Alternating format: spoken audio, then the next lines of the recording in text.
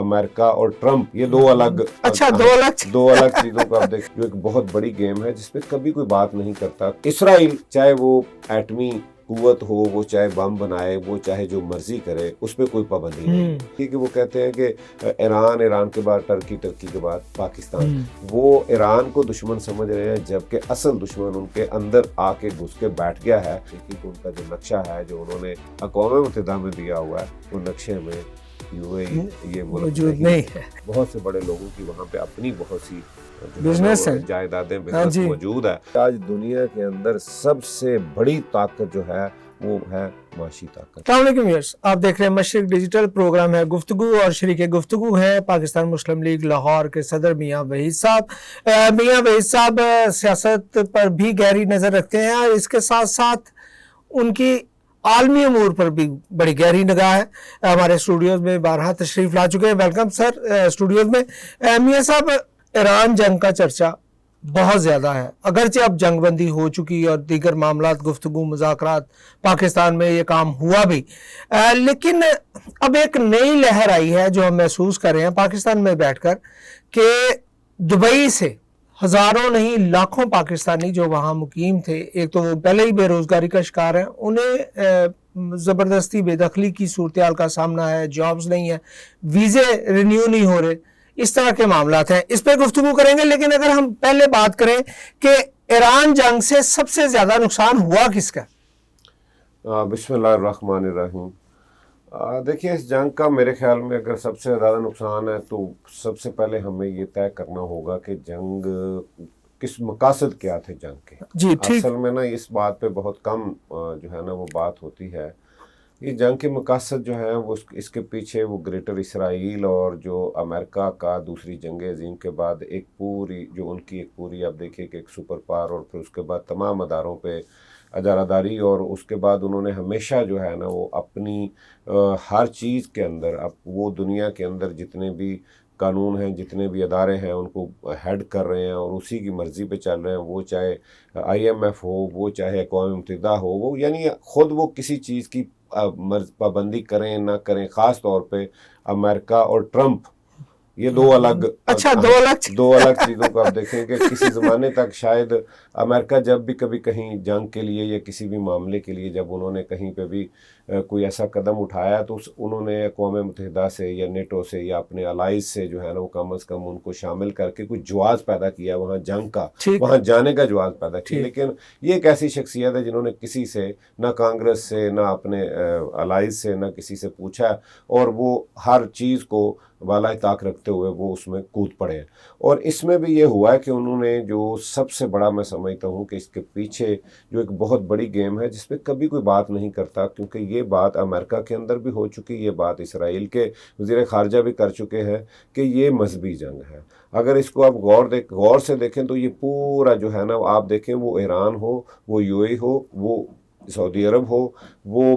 قطر ہو، وہ بحرین ہو یا وہ عمان ہو، یہ نقصان کن کا ہوا ہے؟ آپ دیکھیے کہ جنگ کہاں پہ لا کے کھڑی کی ہے. آپ اگر یورپ کا، مغرب کا پورے کا آپ دیکھیں تو جس طریقے کے ساتھ دبئی جو ہے یا جس طریقے سے جو ہے نا UAE اور جو باقی عرب ممالک ہیں، اس کے بعد آپ قطر کو دیکھیں، اور پھر سعودیہ میں جو جس طرح سے جب سے یہ MBS آئے ہیں وہ جس طرح کی ریفارمز وہاں پہ لا رہے ہیں، وہ ترقی کی جو منازل وہ جس طریقے سے یہ ہمارا جو ہے وہ مڈل ایسٹ طے کر رہا تھا، اس کو شاید وہ کسی طرح بھی ان کو یہ سوٹ نہیں کر رہا تھا. اور ہمیشہ سے جس طریقے کے ساتھ وہ مسلمانوں کو ہر جگہ پہ آپ دیکھیے کہ اس کا آج سب سے بڑی بات یہاں پہ یہ کر لیں کہ اسرائیل چاہے وہ ایٹمی قوت ہو، وہ چاہے بم بنائے، وہ چاہے جو مرضی کرے، اس پہ کوئی پابندی نہیں، لیکن کسی مسلمان ملک کو یہ اجازت نہیں ہے. اور اس میں آپ دیکھیے کہ خاص طور پہ آپ دیکھیے کہ پاکستان پہ بھی جو ایک نظر ہے ان کی، آپ دیکھیے کہ جب بھی وہ بات کرتے ہیں اور وہ اوپن باتیں ہیں، یہ کوئی ایسا نہیں ہے، یہ اوپن سیکرٹ ہے کہ آپ دیکھیے کہ وہ کہتے ہیں کہ ایران کے بعد ٹرکی کے بعد پاکستان، یعنی یہ ان کا ٹارگٹ ہے. ہم لوگ اب آنکھیں بند کر کے بیٹھے ہیں. سب سے بڑا نقصان میں سمجھتا ہوں کہ اس وقت مسلم امہ کو، پوری دنیا کو، اور خاص طور پہ آپس کے اندر جو اس وقت ایک دراڑ ہے، اور دیکھیے کتنی کامیابی سے سب سے پہلے کسی زمانے میں آج ایران کے ہم ساتھ کھڑے ہیں، پوری امت جو ہے نا ساتھ کھڑی ہے، چاہے حکمران کھڑے ہیں یا نہیں کھڑے، لیکن لوگ کھڑے ہیں۔ لیکن آپ 79 سے پہلے ذرا ایران کے حال دیکھ لیں، ایران کدھر تھا؟ ایران تو ان کے ساتھ تھا، یہ عرب جو ہے نا یہ وہاں موجود نہیں تھے 75 سے پہلے۔ آپ دیکھیے کہ یہ کہاں تھے؟ جب انہوں نے دیکھا کہ یہاں اسلامی انقلاب ایک آیا ہے اور انہوں نے ہماری خواہشات ہیں، وہ جو آئل کی ساری یہاں سے کمائی ہے، وہ جو یہاں اس ملک کی جو کمائی ہم لے کے جا رہے تھے، یا یہ ہمارے کلچر کو پروموٹ، یہاں آپ دیکھیں کہ شاہ کے دور میں تو بالکل یورپ سے بھی آگے،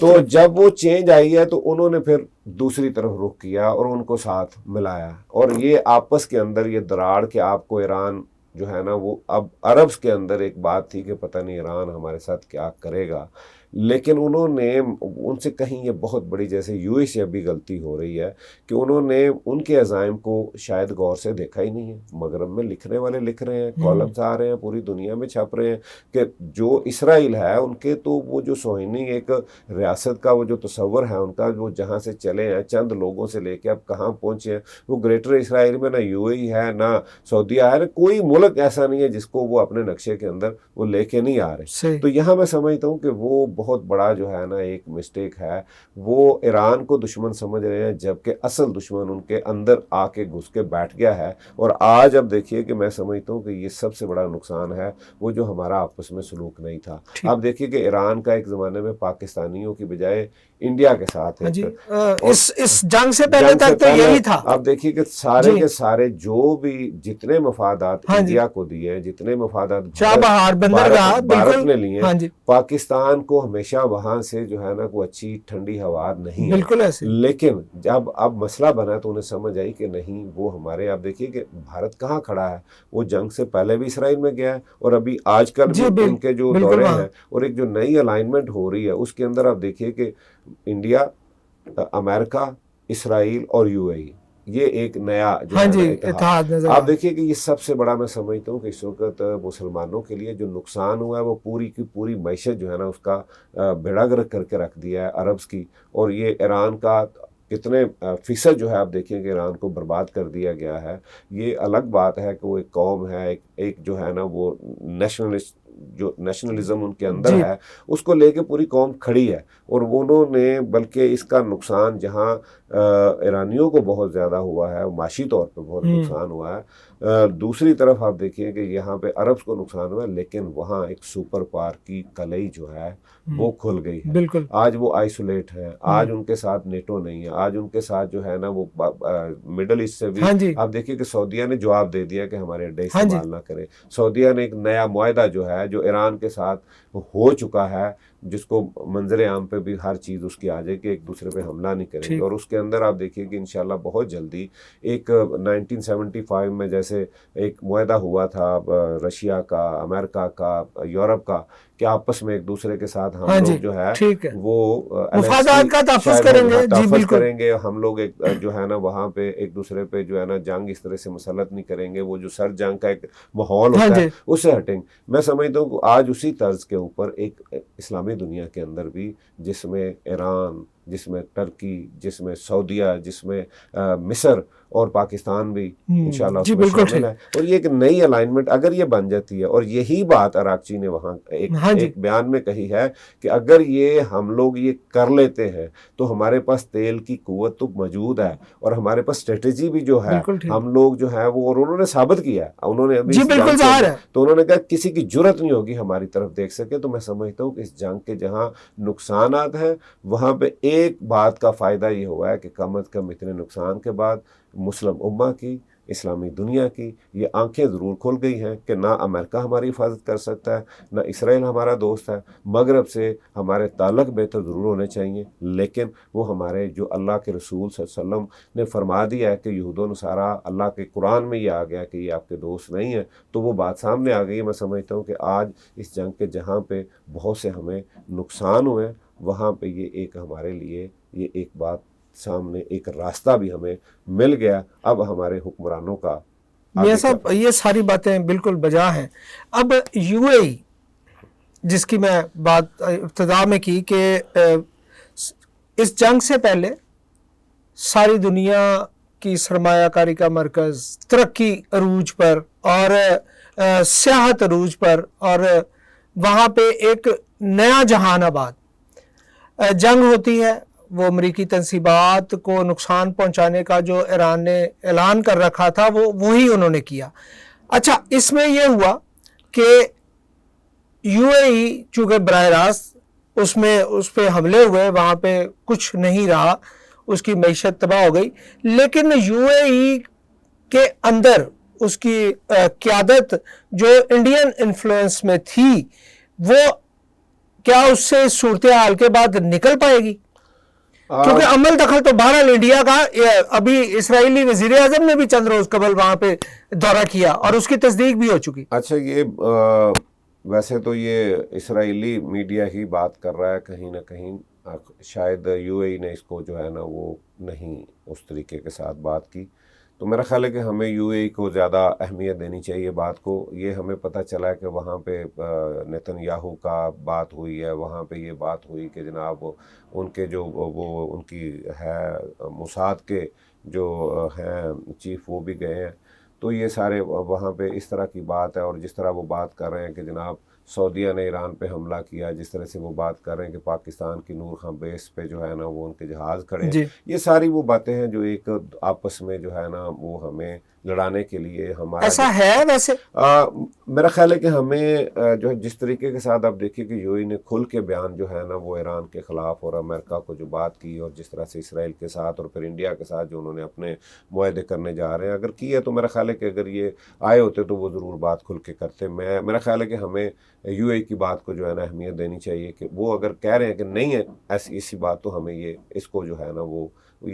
اسرائیل کی طرف سے ایک سمجھیں کہ وہ جس طرح کی وہ بات کرتے ہیں ہمیں آپس میں لڑانے کے لیے، یا جس طرح کا وہ جھوٹے بولتے ہیں. اب دیکھیے کہ اب نور خان بیس پہ جہاز تو جو ہے وہ 130 تو وہ تو تب آیا جب وہ لوگ آئے ہیں. ہاں جی. اب اس کی جو ہے نا وہ تصویریں جو ہے نا وہ لے کے تو اس کو وہ جس طریقے کے ساتھ کر رہے ہیں، ان کی تو کوشش ہے کہ کسی طرح سے اسلامی دنیا کے اندر یہ ایک لڑائی جو ہے نا آپس میں یہ لڑتے رہیں. میاں صاحب چلیں، آپ کی بات درست ہے، آپ مان لیتے ہیں، لیکن اگر اب جو کرنٹ سچویشن ہے مڈل ایسٹ کی،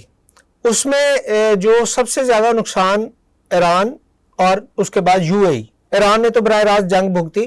اور انہوں نے ساتھ دینے کی وجہ سے ان کو یہ صورتحال کا سامنا رہا، لیکن نقصان بہرحال وہ سب سے زیادہ یو اے کا بہت نقصان ہوا ہے. میں سمجھتا ہوں کہ اصل میں دیکھیے کہ جو بھی بات ہماری پہلے چل رہی تھی کہ رولرز کی بات کچھ اور ہے، عوام کی کچھ اور ہے، کیونکہ غزہ کسی کو بھولا نہیں ہے، فلسطین کے اندر ہونے والے مظالم جو ہے نا وہ کسی کو بھولے نہیں ہیں. مسلمان دنیا کے اندر ایک غم و غصہ ہے، اور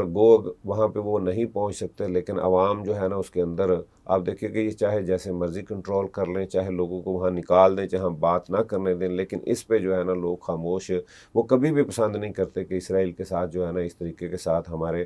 تعلقات ہوں. وہ پوری اسلامی دنیا کو اب سمجھ آ گئی ہے. تو جہاں تک وہ نقصان کی بات ہے، دیکھیے اس میں سمجھتا ہوں کہ یو اے کا اپنا قصور ہے. یو اے کو جب اللہ تعالیٰ نے ہمیں، کیونکہ اگر ہم مسلم ہیں تو ہمیں اپنے نبی کریم صلی اللہ علیہ وسلم اور خلفائے راشدین کی طرف دیکھنا ہوگا کہ آپ دیکھیے کہ وہاں پہ اس زمانے میں جنگوں کی تیاری کیسے کی جاتی تھی. آپ جب دنیا سے جاتے ہیں نبی صلی اللہ علیہ وسلم تو کوئی جائیدادیں نہیں ہیں، کوئی محل اس طرح سے نہیں ہے، اتنی بڑی بلڈنگیں نہیں ہیں وہ گھر کے اندر، لیکن آپ دیکھیں کہ ہر دیوار پہ جو ہے نا وہ تلواریں کتنی لٹکی ہوئی تھی. یہ اثاثہ تھا، اور اگر یہ ہمیں سبق ہے کہ ہم نے اپنی جو ہے نا حفاظت کے لیے اپنی جو ہے نا اس میں تیار رہنا ہے ہر وقت. تو یہ اگر یو اے کے پاس اللہ نے سب کچھ دیا ہے، تو اگر وہ اپنا تحفظ کے لیے وہ کچھ نہیں کر سکے، اپنی فوج نہیں بنا سکے، اور آپ اپنے اتنا اسلحہ جو خرید سکتے ہیں، جو میں سمجھتا ہوں کہ اس وقت امریکہ جو ہے نا وہ آپ دیکھیں کہ ساری کی ساری دولت جو ہے یہاں سے سمیٹ تو وہی رہا، وہ پیٹرو ڈالر کا جو ایک ان کا معاہدہ ہے.